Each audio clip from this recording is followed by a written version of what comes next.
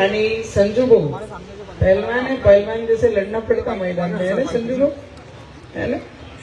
आमचे संजू भाऊ तिरतकर, सुनील भाऊ खराटे, गजानन दादा देशमुख, संजय दादा अग्रवाल, चंदू भाऊ यावलकर मोर्शीचे आपले आमदार आहे आणि खूप सज्जन आणि खूप प्रामाणिक पक्षासाठी हे काम करताय. आणि त्यांचे प्रत्येक प्रचार असो, त्यांचा स्वतःचा असो, नगर परिषदेचा असो, प्रत्येक प्रचारात मी त्यांच्यासोबत, त्यांच्या मोर्शी वरुड सिंधुदुर्गामध्ये मी नेहमी असते आणि खूप प्रामाणिकपणाने काम करतात असे आमचे चंदू भाऊ यावलकर, किरण भाऊ पातुरकर, सिनियर नेता आमचे आणि सगळ्यांना घेऊन चालणारे असे आमचे किरण भाऊ, दीपक दादा बोरेकर,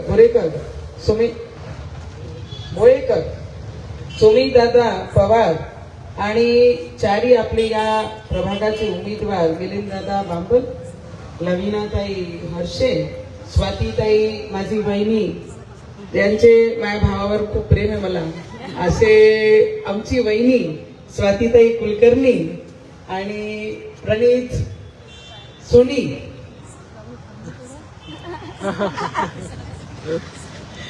बस खूप जास्त आणि काही जास्त ना बोलताना अंबादेवीचा प्रभाग आहे.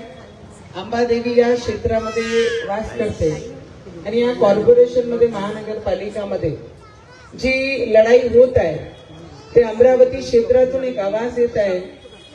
कुठे दादा आम्ही जे ऐकतो आणि आमचे जे छोटे छोटे कार्यकर्ता असतात ते कार्यकर्ता म्हणतात तिथून आवाज येत आहे की येणारा उपमहापूर कोण, आणि पाकिस्तानातून आवाज येत आहे की उपमहापूर हा बनल, महापूर हे बनल, उपमहापूर हा बनल.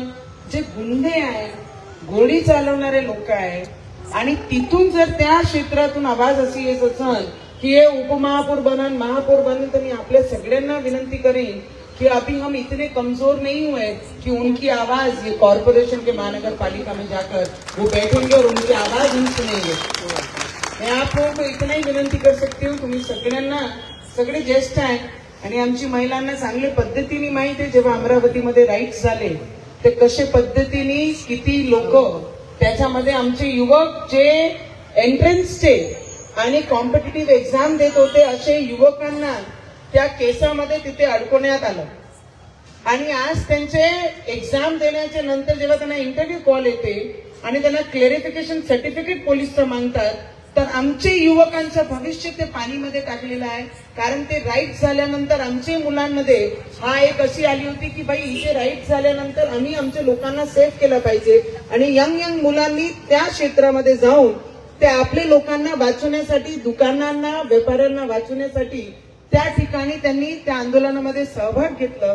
आणि बरेचसे लोक आज आपले एक्झाम देऊ शकत नाही आणि ज्यांचे एक्झाम क्लिअर झाले, क्रॅक झाले, त्यांना क्लिअर सर्टिफिकेट पोलीस डिपार्टमेंट कडनं भेटलं नाही तर त्यांच्या नोकऱ्या, हा सगळं कशाने झालं. जर तिथून आवाज येत असाल की बुरकेवाली महापुर बनेगी और गुंडा बंदूक चलाने वाला अमरावती से आवाज आ रही है कि वो महापुर बनेगा, तर मी तुम्हाला एवढीच विनंती करेन, अभी हमारा खून इतना ठंडा नहीं हुआ है कि उनकी आवाज को हम कॉर्पोरेशन तक पहुंचाएंगे. हम पहले भी ताकतवर थे, आज भी ताकतवर है और आगे भविष्य में भी ताकतवर रहेंगे. आमचे देवेंद्र फडणवीस जी ते रवीजींसोबत आहे, आमच्या सोबत आहे. मी त्या पक्षाची कार्यकर्ता म्हणून आपल्याला विनंती करीन, वरती आमचे नरेंद्र